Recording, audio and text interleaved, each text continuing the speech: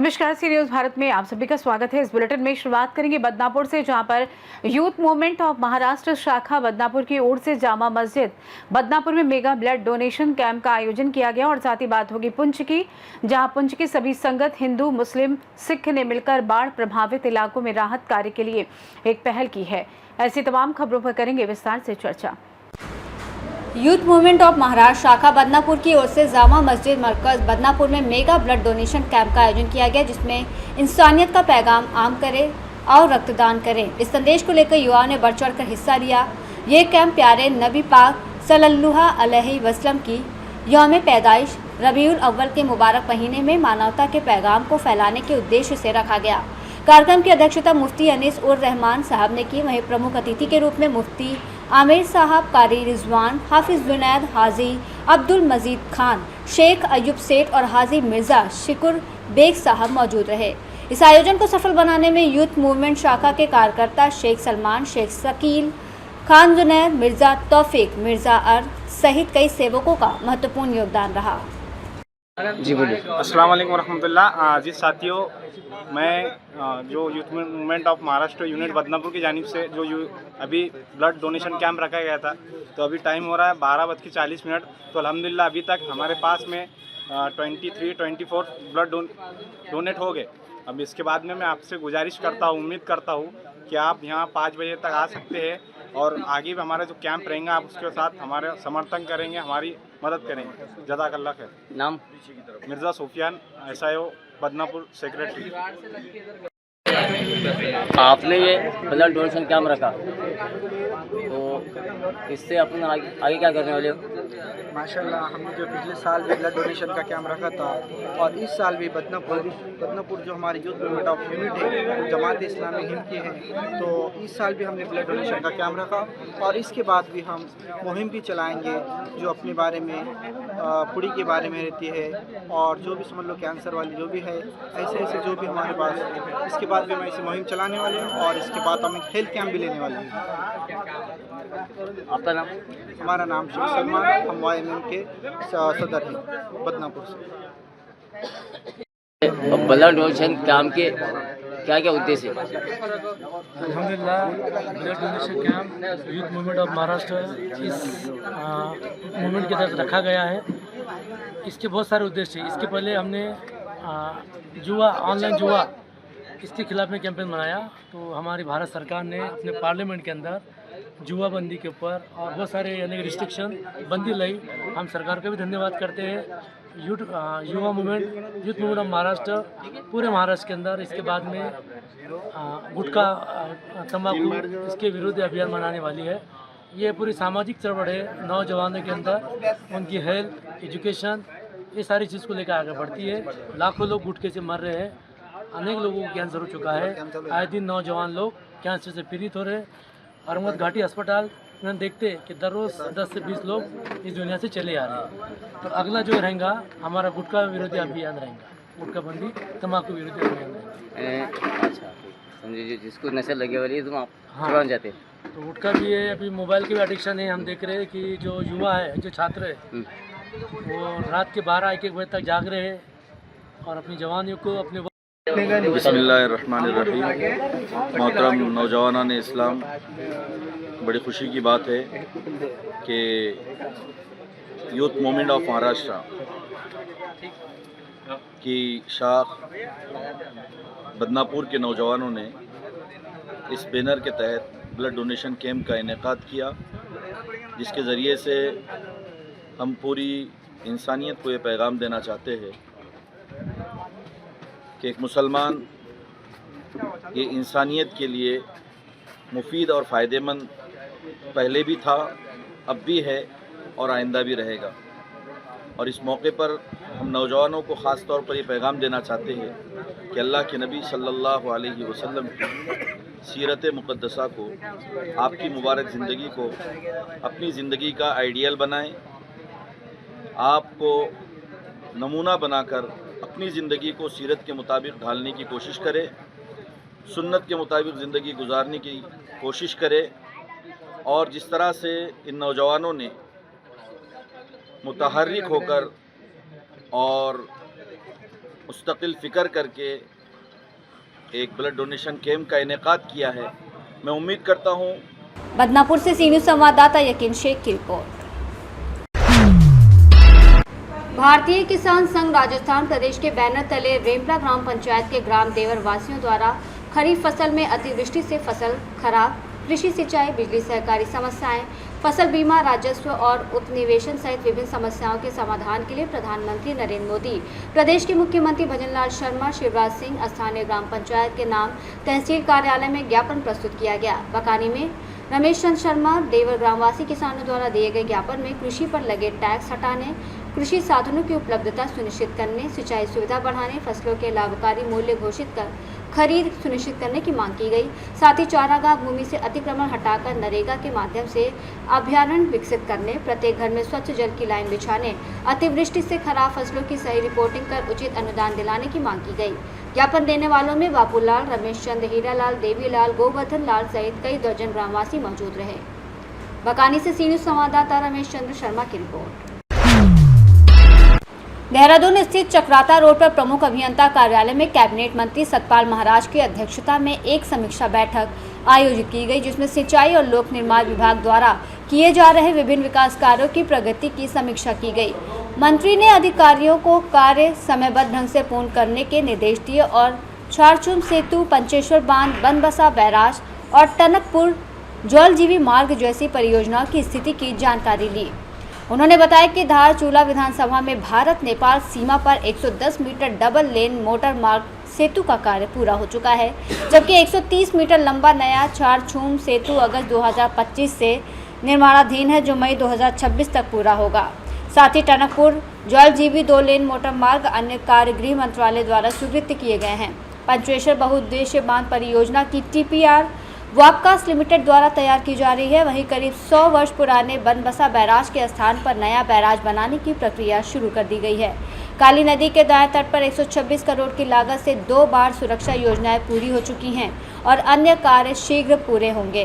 बैठक में प्रमुख अभियंता राजेश शर्मा, सुभाष पांडे, NHAI के विशाल गुप्ता, नेशनल हाईवे के मुकेश परमार सहित कई विभागीय अधिकारी मौजूद रहे।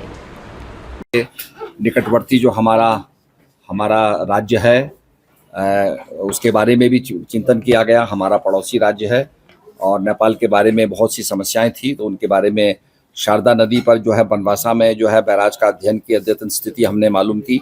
नेपाल भारत सिंचाई विभाग की फ्लड स्कीम के बारे में जो है जानकारी प्राप्त की। NHPC द्वारा नियंत्रित बनवासा बैराज जो कि आगे उसके बारे में स्थिति प्राप्त की। तो इस प्रकार से पंचेश्वर डैम के बारे में स्थिति हमने प्राप्त की, ज्ञानवर्धन हुआ और इसमें कुछ ठोस निर्णय हमने लिए हैं, क्योंकि हमको सारी चीज़ें पता चली हैं। और निश्चित रूप में जो महेंद्र नगर और कंचनपुर की जो कनेक्टिविटी बनवासा के साथ होनी चाहिए, भारत के साथ होनी चाहिए, उत्तराखंड के साथ होनी चाहिए, वो रहनी चाहिए और वो निरंतर उसमें आवागमन होना चाहिए। ये बहुत आवश्यक है। बहुत से लोगों को सवेरे ट्रेन पकड़नी पड़ती है और वो पकड़ नहीं पाते हैं, तो ये एक समस्या बनी हुई थी। तो जब मैं महेंद्र नगर गया था, समस्या मेरे सामने आई थी, तो उसके लिए भी हम लोगों ने जो है इस समय हम विचार कर रहे हैं। उसके लिए हम जो है एक ब्रिज बनाने की बात कर रहे हैं। एक ब्रिज अगर हो जाएगा तो उसमें से आवागमन जो है आसानी से आर पार हो जाएगा, कनेक्टिविटी बनी रहेगी। देहरादून से सी न्यूज़ संवाददाता प्रवचन सिंह की रिपोर्ट। पुंछ में हाल ही में आई बाढ़ के बाद राहत कार्यों के लिए हिंदू, मुस्लिम और सिख समुदाय की संगतों ने एकजुट होकर सराहनीय पहल की है, जिसमें सभी मिलकर प्रभावित इलाकों में खाने पीने की चीजें, रोजमर्रा की जरूरत का सामान, बच्चों के लिए सूखा दूध और कपड़े जुटाने का प्रयास कर रहे हैं। इस मानवीय कार्य को जमीन पर पहुंचाने में परमजीत सिंह, कृषि विभाग के सुखविंदर सिंह, उविंदर सिंह, परूपकार सिंह और अन्य स्थानीय लोग सक्रिय भूमिका निभा रहे हैं।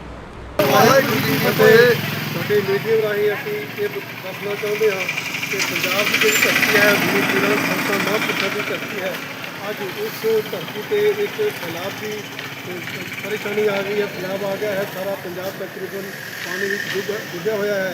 अभी एक बार्डर एरिया में रहने वाले लोग हैं, लेकिन सानू याद है कि जदों इतने 2005 भूचाल आया तो पंजाबी वीर साढ़े इतने मदद लैके आए सन। उस बाद हिंदुस्तान पाकिस्तान की थोड़े 2-3 महीने पहले जी गोलाबारी चली, उदों भी पाकिस्तान के गोलाबारी के दौरान साढ़े पंजाब के इतने जो सरकट लीडर सन धामी साहब, उन्होंने पुलिस से आके जो ਸਾਡੇ ਲੋਕ ਇੱਥੇ ਵਿਕਟਮਾਈਜ਼ ਹੋਏ ਸਨ ਗੋਲਾ ਬਾਰੂਦ ਨਾਲ, ਉਹਨਾਂ ਦੀ ਹੌਸਲਾ ਅਫਜ਼ਾਈ ਕੀਤੀ। ਇਸ ਵੇਲੇ ਇਸ ਆਫਤ ਦੀ ਘੜੀ ਵਿੱਚ ਸਾਡਾ ਸਾਰਿਆਂ ਦਾ ਫਰਜ਼ ਬਣਦਾ ਹੈ ਕਿ ਅਸੀਂ ਸਾਰੇ ਆਪਣਾ ਸਹਿਯੋਗ ਦੇਈਏ, ਬਗੈਰ ਕਿਸੇ ਮਜ਼ਹਬ ਮਿਲਤ, ਹਿੰਦੂ ਮੁਸਲਿਮ ਸਿੱਖ ਸਾਰੇ ਮਿਲ ਕੇ, ਜਿੱਥੇ ਕੱਪੜੇ ਦੀ ਜ਼ਰੂਰਤ ਹੈ, ਜਿੱਥੇ ਰਾਸ਼ਨ ਦੀ ਜ਼ਰੂਰਤ ਹੈ, ਜਿੱਥੇ ਹੋਰ ਮਾਲੀ ਅਮਦਾਦ ਦੀ ਜ਼ਰੂਰਤ ਹੈ, ਸਾਡਾ ਸਾਰਿਆਂ ਦਾ ਫਰਜ਼ ਹੈ। ਤੇ ਕੱਲ ਸ਼ਾਮ 3 ਵਜੇ ਤੋਂ ਲੈ ਕੇ ਇਸ ਵਜੇ ਤੱਕ ਪਹੁੰਚੇ तमाम ਸਿੱਖ ਨੌਜਵਾਨ, ਸਿਮਟ ਵਾਲੇ ਪਰਮਜੀਤ ਸਿੰਘ ਵੀਰ ਜੀ, ਸੁਖਵਿੰਦਰ ਸਿੰਘ ਜੀ, ਬੰਟੀ ਵੀਰ ਜੀ, ਗੁਰਮੀਤ ਸਿੰਘ ਵੀਰ ਜੀ, ਹਰਦੇਵ ਵੀਰ ਜੀ, ਸਾਰਿਆਂ ਨੇ ਉਪਰਾਲਾ ਕਰਕੇ ਆਪਣਾ ਸਹਿਯੋਗ ਦਿੱਤਾ ਹੈ। ਅੱਜ ਤੁਹਾਡੇ ਮੀਡੀਆ ਰਾਹੀਂ ਮੈਂ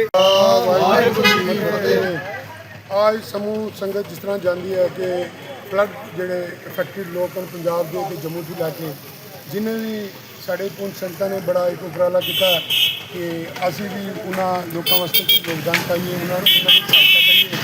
तो कल एक कदम चुकया सी संगत पुंछ ने तो सारे ने बड़ा मीठा सहयोग दिता है। बहुत साढ़े को रस पानी कपड़े और आदि चीज़ें साढ़े को पुजियां। ਅਸੀਂ ਸੰਗਤ ਦਾ ਕੋਟਾਂ ਧੰਨਵਾਦ ਕਰਦੇ ਹਾਂ। ਜਿੱਥੇ ਜਿੱਥੇ ਵੀ ਸਾਡੀ ਆਵਾਜ਼ ਪੁੱਜੀ ਹੈ ਉਤੋਂ ਬਹੁਤ ਭਰਪੂਰ ਜਿਹੜਾ ਯੋਗਦਾਨ ਮਿਲਿਆ ਸਾਨੂੰ, ਜਿਸ ਤਰ੍ਹਾਂ ਖਾਲਸਾ ਚੌਕ ਤੋਂ ਸਾਡੇ ਵੀਰ ਆਏ ਦਰੇ ਤੋਂ, ਔਰ ਜਿੱਥੇ ਜਿੱਥੇ ਸਾਡੀ ਆਵਾਜ਼ ਪੁੱਜੀ ਹੈ ਮੇਰੇ ਵੀਰਾਂ ਨੇ ਬਹੁਤ ਮਿੱਠਾ ਸਹਿਯੋਗ ਦਿੱਤਾ। ਕਾਮਸਰ, ਕਾਜੂ ਮੋੜਾ, ਜਿੱਥੇ ਜਿੱਥੇ ਵੀ ਮੇਰੇ ਵੀਰਾਂ ਨੇ ਬਹੁਤ ਮਿੱਠਾ ਸਹਿਯੋਗ ਦਿੱਤਾ। ਮੇਰੀ ਸੰਗਤਾਂ की ਬੇਨਤੀ ਹੈ ਕਿ ਇਹ ਜਾਰੀ ਰੱਖੋ। ਅਸੀਂ ਤਕਰੀਬਨ ਜਿਹੜਾ ਕਾਫੀ ਫਲੱਡ ਇਫੈਕਟਡ ਲੋਕ ਹਨ, ਅਸੀਂ ਜਿੰਨੀ ਸਹਾਇਤਾ ਪੁੰਛ ਤੋਂ ਸੰਗਤ ਕਰ ਸਕਦੀ ਹੈ ਉਹ ਕਰਾਂਗੇ। ਮੈਂ ਸਾਰੀ ਸੰਗਤ ਦਾ ਬਹੁਤ ਤਹਿ ਦਿਲੋਂ ਧੰਨਵਾਦ ਕਰਦਾ ਅਤੇ ਮੈਂ ਆਪਣੇ ਉਹਨਾਂ ਸਾਰੇ ਵੀਰ ਜੋ ਇੱਥੇ ਫਿਜ਼ੀਕਲੀ ਕੰਮ ਕਰ ਰਹੇ ਹਨ, ਮਾਇਆ ਰਾਹੀਂ, ਸਮਾਨ ਰਾਹੀਂ, ਤਨ ਮਨ ਧਨ ਰਾਹੀਂ ਜਿਨ੍ਹਾਂ ਨੇ ਸੇਵਾ ਕੀਤੀ ਹੈ, ਮੈਂ ਉਹਨਾਂ ਦਾ ਅਤੀ ਰਿਣੀ ਹਾਂ। ਔਰ ਇੱਕ ਵਾਰ ਫਿਰ मैं सारी संगत का बहुत धन्यवाद करता इस मीठे सहयोग ਲਈ। वाहिगुरू जी का खालसा, वाहिगुरू जी की फतेह। ਜਿਵੇਂ ਕਿ ਅਸੀਂ ਸਾਰੇ ਇਹ ਗੱਲ ਜਾਣਦੇ ਹਾਂ ਕਿ ਕੁਦਰਤੀ ਕਹਿਰ ਜੋ ਹੈ ਉਹ ਜੋ ਹੈ 4 ਸਟੇਟਾਂ ਤੇ ਜੋ ਹੈ ਵਰਸ ਰਿਹਾ ਹੈ, ਪਰ ਉਸ ਦੇ ਵਿੱਚ ਜੇਕਰ ਅਸੀਂ ਦੇਖੀਏ ਸਭ ਤੋਂ ਜ਼ਿਆਦਾ ਅਫੈਕਟਡ ਏਰੀਆ ਜੋ ਹੈ ਉਹ ਸਾਡਾ ਪੰਜਾਬ ਹੈ। ਜਿੱਥੇ ਤੱਕ ਪੰਜਾਬ ਦੀ ਗੱਲ ਹੈ, ਗੁਰੂ ਪੀਰਾਂ ਦੀ ਧਰਤੀ ਹੈ, ਅੰਨਦਾਤਾ ਹੈ। ਅਸੀਂ ਕੇਵਲ ਭਾਰਤ ਵਰਸ਼ ਦੇ ਵਿੱਚ ਨਹੀਂ, ਅਸੀਂ ਦੇਖਦੇ ਹਾਂ ਦੁਨੀਆ ਦੇ ਕਿਸੇ ਕੋਨੇ ਤੇ ਜਦੋਂ ਕੋਈ ਆਪਦਾ, ਕੁਦਰਤੀ ਆਪਦਾ ਆਉਂਦੀ ਹੈ ਤਾਂ ਭਾਵੇਂ ਉਹ ਲੜਾਈਆਂ ਹੋਵਣ, ਭਾਵੇਂ ਕੁਦਰਤੀ ਹੋਵੇ, ਪਰ ਪੰਜਾਬੀ ਜੋ ਨੇ ਡਟ ਕੇ ਜੋ ਨੇ ਪੂਰੇ ਵਿਸ਼ਵ ਦੇ ਵਿੱਚ ਜੋ ਨੇ ਉਹ ਸੇਵਾ ਕਰ ਰਹੇ ਨੇ। ਅੱਜ ਅਸੀਂ ਦੇਖ ਰਹੇ ਹਾਂ ਕਿ ਪੰਜਾਬ ਜੋ ਹੈ ਉਹ ਵੀ ਇੱਕ ਆਪਦਾ ਦੇ ਵਿੱਚ ਆਇਆ ਹੈ ਤੇ ਸਾਡਾ ਵੀ ਜੋ ਹੈ ਫਰਜ਼ ਬਣਦਾ ਹੈ ਕਿ ਆਪਣਾ ਕੁਝ ਨਾ ਕੁਝ ਕੰਟਰੀਬਿਊਸ਼ਨ ਜੋ ਹੈ ਅਸੀਂ ਜੋ ਹੈ ਉਹਨਾਂ ਲੋਕਾਂ ਦੇ ਲਈ ਜੋ ਫਲੱਡ ਇਫੈਕਟਡ ਲੋਕ ਨੇ ਰਿਲੀਫ ਦੇ ਤੌਰ ਤੇ ਜੋ ਅਸੀਂ ਕਹਿ ਸਕਦੇ ਹਾਂ ਕਿ ਜੋ ਕੀਮਤੀ ਚੀਜ਼ਾਂ ਜੋ ਨੇ, ਜੋ ਰੋਜ਼ਮਰਾ ਦੀ ਚੀਜ਼ਾਂ ਨੇ, ਭਾਵੇਂ ਉਹ ਰਾਸ਼ਨ ਹੈ, ਭਾਵੇਂ ਉਹ ਗ੍ਰਾਸਰੀ ਆਈਟਮਸ ਨੇ, ਪਾਣੀ ਹੈ, ਉਹ ਪਹੁੰਚਾਉਣ ਦਾ ਯਤਨ ਕਰ ਰਹੇ ਹਾਂ। ਨੌਜਵਾਨਾਂ ਦਾ ਜੋ ਇਹ ਉਪਰਾਲਾ ਹੈ ਆਪਣੀ ਸੰਗਤ ਦਾ ਬਹੁਤ ਵਧੀਆ ਹੈ ਤੇ ਅਸੀਂ ਦੇਖ ਰਹੇ ਹਾਂ ਸੰਗਤ ਦੇ ਵਿੱਚ ਬਹੁਤ ਉਤਸ਼ਾਹ ਵੀ ਹੈ। ਅਜੇ ਵੀ ਅਸੀਂ ਜੋ ਹੈ ਸਮੁੱਚੀ ਪੁੰਛ ਦੀ ਸੰਗਤ ਨੂੰ ਬਗੈਰ ਕਿਸੇ ਮਜ਼ਹਬ ਮਿਲਤ, ਕਿਉਂਕਿ ਜਦੋਂ ਪੰਜਾਬੀ ਇੱਥੇ ਪਹੁੰਚਦੇ ਨੇ ਤਾਂ ਉਹ ਵੀ ਬਿਨਾਂ ਮਜ਼ਹਬ ਮਿਲਤ ਪਹੁੰਚਦੇ ਨੇ, ਇੱਕ ਸੈਕੂਲਰ ਸੋਚ ਲੈ ਕੇ ਪਹੁੰਚਦੇ ਨੇ। ਸਾਰੀ ਪੁੰਛ ਦੀ ਜੋ ਆਵਾਮ। पुंछ से सीनियर संवाददाता सौरभ की रिपोर्ट। फर्रुखाबाद जनपद में आई बाढ़ से प्रभावित लोगों की मदद के लिए समाजसेवी फर्रुखाबाद विकास मंच के जिला अध्यक्ष भैयन मिश्रा एवं उनकी टीम द्वारा लगातार लोगों की हर संभव मदद करने में जी जान से लगी हुई है। बाढ़ से अत्यधिक प्रभावित क्षेत्र कटरी, गंगपुर, बड़ी गुलरिया, पहाड़पुर, पृथ्वीपुर, कटरी, धामपुर में जाकर लोगों को लंच पैकेट तथा दवाओं का वितरण किया गया। आज तक इनमें से कुछ गांवों में ना तो सरकारी मदद और ना ही किसी प्रकार की सहायता किसी के द्वारा पहुंची। हालात बहुत खराब हैं। फर्रुखाबाद विकास मंच के जिला अध्यक्ष भैयन मिश्रा ने कहा कि मुसीबत के समय मेरी पूरी टीम हर प्रकार से लोगों की मदद और सहायता कर रही है। किसी गरीब बाढ़ पीड़ित के गंभीर रूप से तबियत खराब होने पर उनका इलाज हम लोगों के द्वारा तिरुपति हॉस्पिटल बजरिया रोड पर निःशुल्क कराया जा रहा है। और साथ में भाई कोमल पांडे, प्रशांत यादव, डॉक्टर पंकज राठौड़, डॉक्टर जयवीर वर्मा, मोहित खन्ना, प्रदीप यादव, राजीव वर्मा, साधु सिंह यादव, कुलदीप सिंह, अलवर सिंह, आकाश गुप्ता, सनी, सुमित गुप्ता, वीरेलाल वर्मा, आलोक मिश्रा, भूरे, राजीव वर्मा, हेमंत शाक्य, अशोक शाक्य, गौरव कुशवाहा का पूरा सहयोग रहा।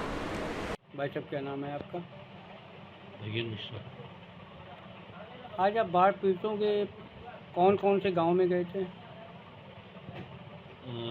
अपने ज़िले में काफ़ी दिनों से बाढ़ आई हुई है और विशेषकर जो अपना कटरी क्षेत्र है इसमें ऐसे कोई भी गांव नहीं है जो बाढ़ से प्रभावित ना हो। हाँ बिल्कुल।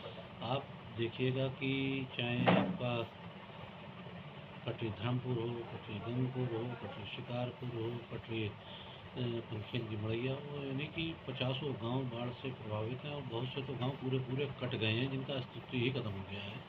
और हमारी टीम पिछले कई दिनों से लगातार उन बाढ़ पीड़ित क्षेत्रों में जाकर लोगों को खाना वितरित कर रही है, दवाइयाँ वितरित कर रही है, और जो गंभीर रूप से बीमार मरीज हैं जो अपना इलाज नहीं करा सकते, उनके लिए हम लोगों ने तिरुपत हॉस्पिटल में उनको निःशुल्क व्यवस्था की है। जो भी खर्चा होगा वो सब हम लोग मिलकर वहन करेंगे, और तिरुपत हॉस्पिटल जो बजरिया रोड पर स्थित है वहाँ पर उनका इलाज किया जा रहा है।